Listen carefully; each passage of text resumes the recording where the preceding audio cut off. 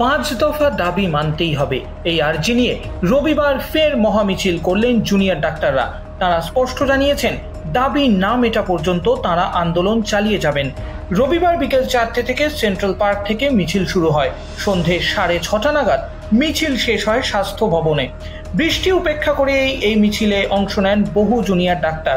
এর সঙ্গে যোগ দিয়েছিলেন সাধারণ মানুষও।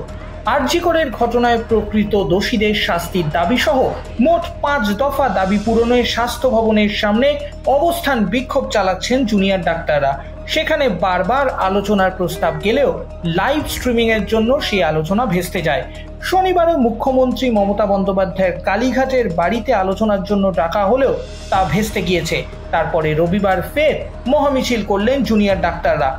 এদিনের মিছিল শেষে বক্তব্য পেশ করেন জুনিয়র ডাক্তাররা। তারা জানান কোনোভাবেই 5 দফা দাবি থেকে সরছেন না তারা।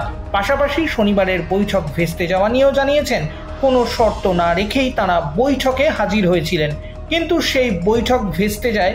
এর জন্য রাজ্য সরকারের সদিচ্ছাকেই দায়ী করছেন জুনিয়র ডাক্তাররা। এই লড়াই থেকে আমরা কোনোভাবে কিছু করতে রাজি নয়। এই আন্দোলন মঞ্চ, এই অবস্থান বিক্ষোভ, এই সমস্ত কিছু চলবে যতক্ষণ না আমাদের 5 দফা দাবি মেনে নেওয়া হবে। একমাত্র একটাই জিনিস যা এই আন্দোলনকে থামাতে পারে, সেটা হচ্ছে 5 দফা দাবির পূর্ণতা। এদিকে রবিবার সন্ধ্যেতে টালা থানার সামনে বিক্ষোভ দেখায় এসএফআই এবং ডিওয়াইএফআই।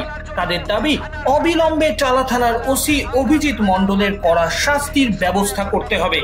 পাশাপাশি সব ঘটনার স্বচ্ছ তদন্ত এবং মেরুদণ্ড সোজা রাখার দাবিও জানানো হয়।